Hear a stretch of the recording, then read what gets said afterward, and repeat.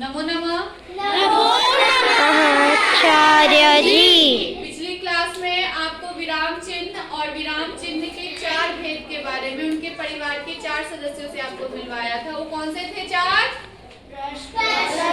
एक एक करके बोलेंगे। गौतम। पूर्ण विराम, अर्ध विराम, अल्प विराम, प्रश्नवाचक। शाबाश। पूर्ण विराम, अल्प विराम, अर्ध विराम, प्रश्नवाचक। आज हम फिर से 4 सदस्य के बारे में जानेंगे। अवतरण, कोष्टक, विस्मयादि बोधक और योजक। आप सभी को पता है विराम चिन्ह क्या होता है? लिखित भाषा में जिन चिन्हों का हम प्रयोग करते हैं उन्हें हम विराम चिन्ह कहते हैं। तो सबसे पहले हम आते हैं विस्मयादि बोधक। आज ये विस्मयादि बोधक बोलिए एक बार आप पहले। विस्मयादि बोधक चिन्ह का प्रयोग वाक्य में हर्ष, विवाद, विस्मय, घृणा, आश्चर्य, करुणा व इत्यादि का बोध कराने के लिए किया जाता है। सुनिए, विस्मय होना, विस्मयादि निशान क्या हो गया? विस्मय होना यानी आश्चर्य होना। जब किसी वाक्य में आपको आश्चर्य हो, शॉकिंग न्यूज मिले, आश्चर्य हो या आपको किसी चीज से घृणा है, छी, वाह, शाबाश, खुशी होती है ना, तो खुशी, घृणा, आश्चर्य का भाव उत्पन्न हो, उसमें हम विस्मयादि बोधक यानी विस्मय सूचक चिन्ह लगाते हैं। पूर्ण विराम का भाई समझ लो, क्योंकि पूर्ण विराम की तरह होता है लेकिन उसके नीचे बिंदु होता है। तो ये विस्मय सूचक का क्या है? चिन्ह है। जैसे शाबाश, बहुत अच्छे, अरे इतनी लंबी रेलगाड़ी, तो बोलने का तरीका भी हमारा वैसा ही हो जाता है, छी कितना गंदा है ये, वाह क्या साफ सफाई है, वाह क्या मौसम है। वाह क्या मौसम है। शाबाश बच्चों, आज तुमने बहुत ही अच्छा काम किया है। वाह क्या गाड़ी है। वाह ताज, बोलते ना वाह ताज। मैट भी ताज चाय पत्ती का नाम है ना, वाह ताज। ताज मतलब ताजमहल ही हुआ ऑब्वियसली। तो विस्मयादि बोधक चिन्ह विस्मय सूचक चिन्ह भी कहलाते हैं और वाक्य में आश्चर्य का भाव उत्पन्न करते हैं। समझ में आ गया सबको? आया? योजक आ जाइए। योजक के बारे में बताने से पहले मैं आपको बता दूं कि योजक चिन्ह इंग्लिश में डैश बोलते हैं उसे। क्या बोलते हैं? डैश।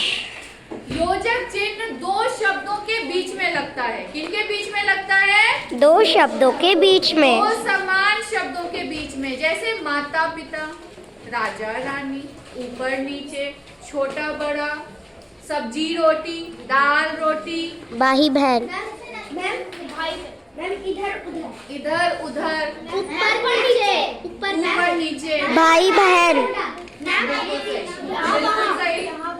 2 शब्दों के परस्पर संबंध के लिए हमने जोड़कर लिखते हैं। मोहन कभी कभी आता है, मैंने कम से कम कुछ तो किया, राधा के माता पिता बहुत बीमार हैं। समझ आया? हाँ? जीवन में सुख दुख आते रहते हैं। पशु पक्षियाँ, चिड़ियाघर में पशु पक्षियों को भी देखने को मिलता है। हाँ? नन्हे मुन्ने बच्चे तुम्हारे मुट्ठी में क्या है? तो नन्हे मुन्ने, हाँ क्या है? नन्हे मुन्ने बच्चे तुम्हारे मुट्ठी में क्या है? तो क्या है के आगे क्या आएगा? प्रश्न नहीं, प्रश्न। और भी गाना आप बता सकते हो जिनमें विभिन्न विराम चिन्ह का प्रयोग होता है, बता सकते हो? सोचो।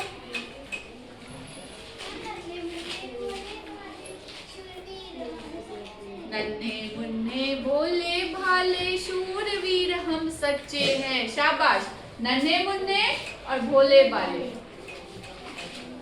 शूरवीर सिंहों के संग खेले हैं हम, भारत माँ के बच्चे हैं। शाबाश, पढ़ी हुई के लिए तो तालियां होनी चाहिए।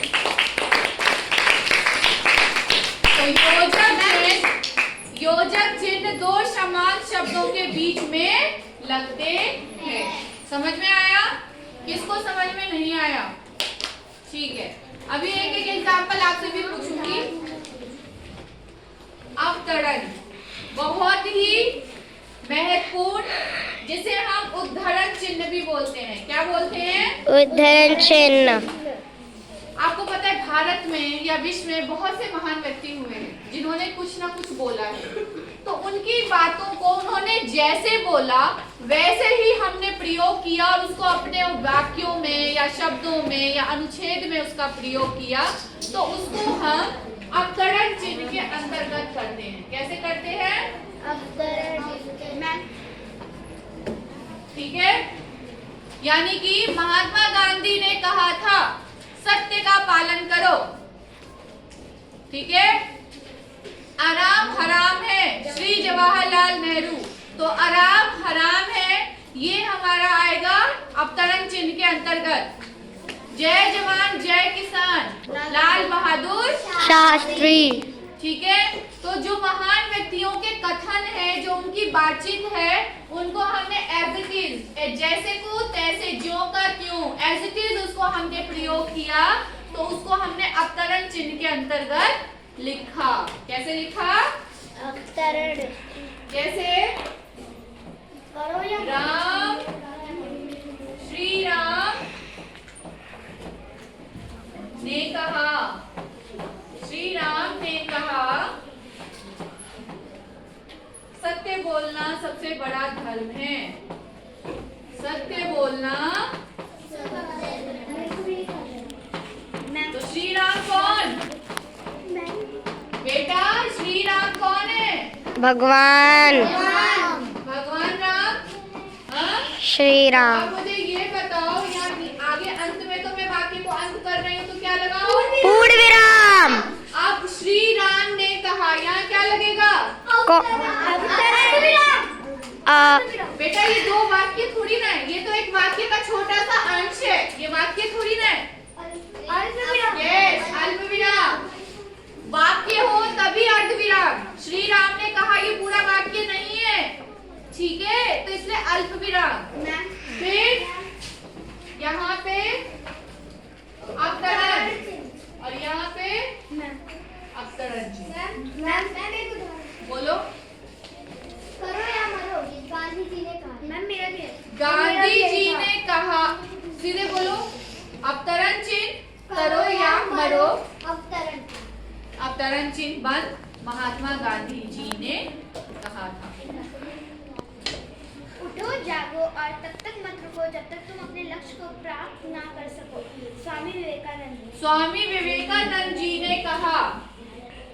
अल्प विराम, फिर अवतरण चिन्ह, उठो, फिर कॉमा, अल्प विराम, उठो, जागो, अल्प विराम, और लिखोगे बोर्ड पे? लिखो, तब तक मैं बाकी चीजें एक्सप्लेन करती हूँ। चलो आगे सुनिए। अवतरण चिन्ह समझ में आया? क्या समझ में आया? कौन बताएगा मुझे? कौन समझाएगा मुझे? यस परिधि।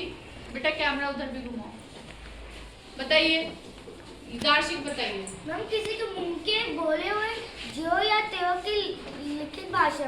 किसी महान व्यक्ति के कथन को, रिद्धि बताइए। मैम जो पहले महान इंसान थे उनके जो बोले हुए शब्द थे उनको हम ऐसे करके लिखते हैं, पहले नाम फिर ने कहा लिख करके, मतलब महान व्यक्तियों के कथन को हम अवतरण चिन्ह के अंतर्गत लिखते हैं। महान व्यक्तियों के द्वारा कहे गए वचन, कहे गए बातें हम अवतरण चिन्ह के अंतर्गत लिखते हैं, ठीक है। यस मैम मेरा भी एक एग्जाम्पल है। माता पिता की सेवा सबसे बड़ा धर्म है, श्रवण कुमार ने कहा है। श्रवण कुमार के ने बताया हमेशा माता पिता की सेवा करनी चाहिए। ये भी अवतरण में आएगा। शाबाश। नहीं अभी नहीं है, अब है कोष्ठक चिन्ह। मैथ्स में, गणित में सबसे ज्यादा इसका प्रयोग होता है। जैसे अभी मैथ्स में और इंग्लिश में क्या बोलते हैं? ब्रैकेट। क्या बोलते हैं? कोष्ठक, ब्रैकेट। तो इसका प्रयोग हम किस लिए करते हैं? अब आप मैं ही बता लूं कि अवतरण का एक और नाम है उद्धरण। तो जब मैं एक किसी का एक का दो नाम हो तो मैं कैसे लिखूंगी? एक मिनट शब्द देना पेन बस, एक मिनट। ऐसे लिखूंगी ना, मैंने यहाँ पे लिखा अवतरण, ठीक है, और फिर भी होता है तो मैं किसमें लिखूंगी? ब्रैकेट कोष्ठक में। किसमें? कोष्ठक। तो समझ में आया कोष्ठक क्या है? क्या है कोष्ठक? मैम जैसे अगर हम कोई किसी एक शब्द का दूसरा पर्यायवाची कह सकते हैं। दूसरा अर्थ, अगर हमने कोई पैराग्राफ लिखा, अनुच्छेद लिखा या वाक्य लिखा, उसमें हमने मुश्किल शब्द का प्रयोग कर लिया है और आपको लगता है कि उसका सरल अर्थ भी है, इजी अर्थ भी है, तो आप उसको कोष्ठक के अंदर लिख दोगे। तो इसका मतलब है कि इसका और इसका दोनों का अर्थ समान है। यहाँ पे लिखा भी है कोष्ठक चिन्ह का प्रयोग अर्थ को और अधिक स्पष्ट करने के लिए किया जाता है, यानी किसी भी अर्थ को और अधिक सरल करने के लिए और अधिक से समझाने के लिए किया जाता है। ठीक है, समझ में आया? जैसे कीचड़ में पंकज खिलते हैं, पंकज नहीं समझ में आए तो ब्रैकेट में कमल, क्योंकि कमल का पर्यायवाची है पंकज। ठीक है, हाँ यस। दशहरे के दिन दशानन का देहांत होता है। दशानन मुश्किल शब्द है। दशहरे पर दशानन का वध होता है। दशानन कोष्ठक रावण। समझ में आया? यानी कि किसी वाक्य में शब्द को या अर्थ को अधिक अच्छे से स्पष्ट करने के लिए हम कोष्ठक यानी ब्रैकेट का प्रयोग करते हैं। समझ में आ गया? हाँ, कौन से चार चिन्ह हैं? कोष्ठक